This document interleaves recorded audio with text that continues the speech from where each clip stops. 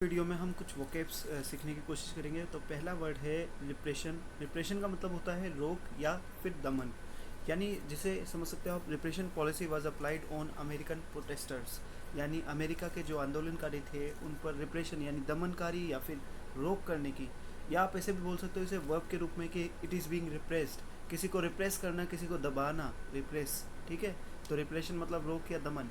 Second लेते हैं decent.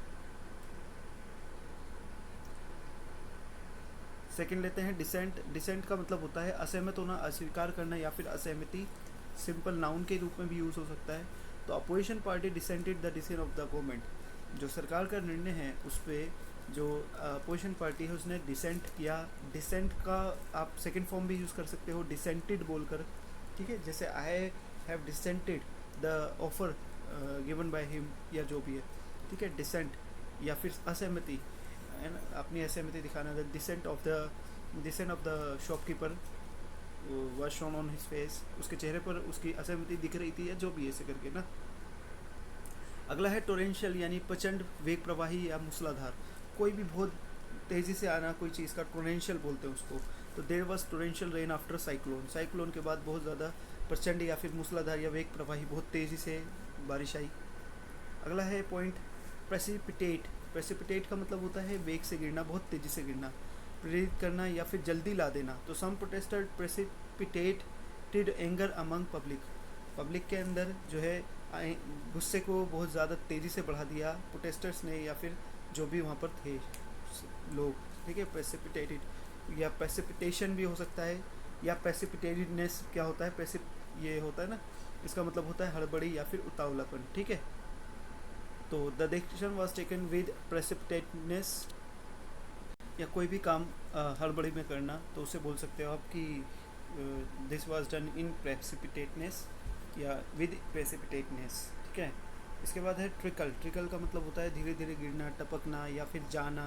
तो कंट्री का विश्वास इज ट्रिकलिंग ओवर WHO। ठीक है, जो WHO है उस पर से विश्वास लोगों का, देशों का धीरे धीरे गिर रहा है, ख़त्म हो रहा है, टपक रहा है, या ट्रिकलिंग है ना, कह सकते हो आप। या किसी देश की ग्रोथ ट्रिकलिंग हो रही है, ट्रिकलिंग का मतलब धीरे धीरे गिरना है ना।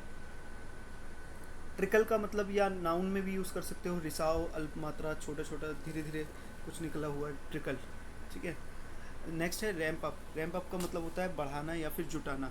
तो exam process is ramping up by high court order, मतलब हाई कोर्ट के आदेश आने के बाद जो एग्ज़ाम की प्रक्रिया है वो रैंप कर गई, मतलब बढ़ गई, तेज़ी से बढ़ गई, रैंपिंग अप हो गई। अगला है टॉप ब्रेस। टॉप ब्रेस का मतलब होता है प्रमुख अधिकारी।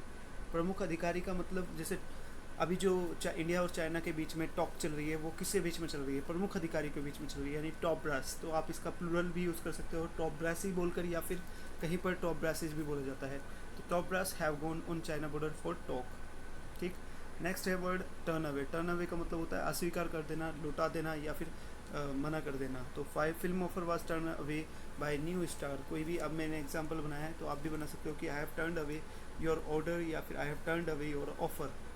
ठीक है, कुछ भी बना सकते हो। नेक्स्ट है कॉम्प्लासेंसी।